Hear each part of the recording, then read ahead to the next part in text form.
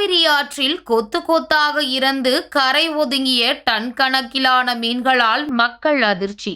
சமூக வலைதளங்களில் வீடியோ வைரலானதால் பரபரப்பு.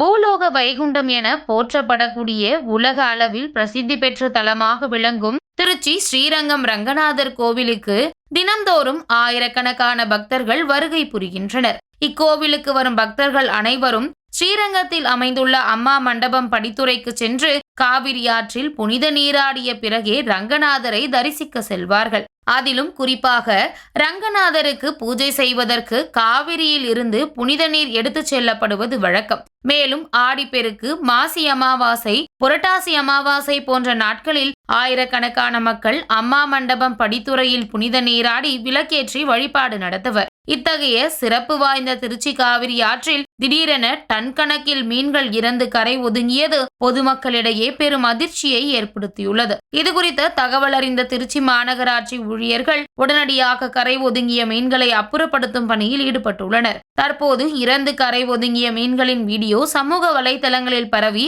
அதிர்ச்சியை ஏற்படுத்தி வருகிறது.